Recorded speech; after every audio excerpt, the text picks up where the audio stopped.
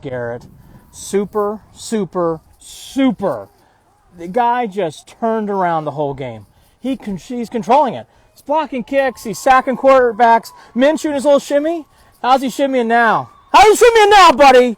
That was a flip around. Myles Garrett ripped off his shirt. Superman came out with his cape and said, no more. No more shimmy. No more. Minshew's going to regret that moment. That whole moment, I thought, fired up the team in this game.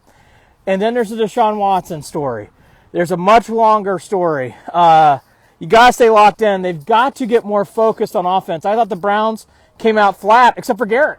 Garrett seemed ready to play. The other guys on the team seemed very flat in this game. Jerome Ford with an opening touchdown. That was great. That was very cool. But it didn't carry. The Browns defense got mowed over. This kid Moss for the Colts is having a great day. No more Watson's hurting us. There's a whole storyline with Watson here. I think they need to shut it down and reevaluate. I think we're back to square one. I don't think there's no more expectations about Watson playing great. I think there's a whole storyline with Watson that is he is an average quarterback at best. He's definitely hurt, and I think there's a long rehab process here, mentally and physically, for Watson. I really do. Team doctors did not handle this right. Connor, could be true. I think this has not been handled by the club. Doctors, everybody included on the Browns. The Watson story is a very long story. I think now we're in a long rehab. I really do. Mentally, physically, everything. I'd be surprised if he plays again in this game. But I don't want to take away from Myles Garrett. I don't want to take away from his excellence. He has been so good in this game.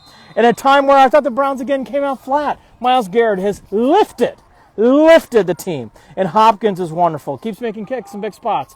Browns are getting enough from the running game. Kareem Hunt with a touchdown. That was good to see. The turnover margins are making the difference in this game. It's 2-1. How to make Garrett stop. Charlie, you're right, but who cares? Superman has lifted this team. B. Cato, Deshaun Watson's a mess. He's a mess. I'm disappointed in Watson. He's not playing the hype. Tire King, there's a whole story of Deshaun Watson, in my opinion. I think after this game now, it's a complete reevaluation. Browns have a lot to think about Watson after this game. But that's after this game, and we will certainly talk about it. Browns need to get focused.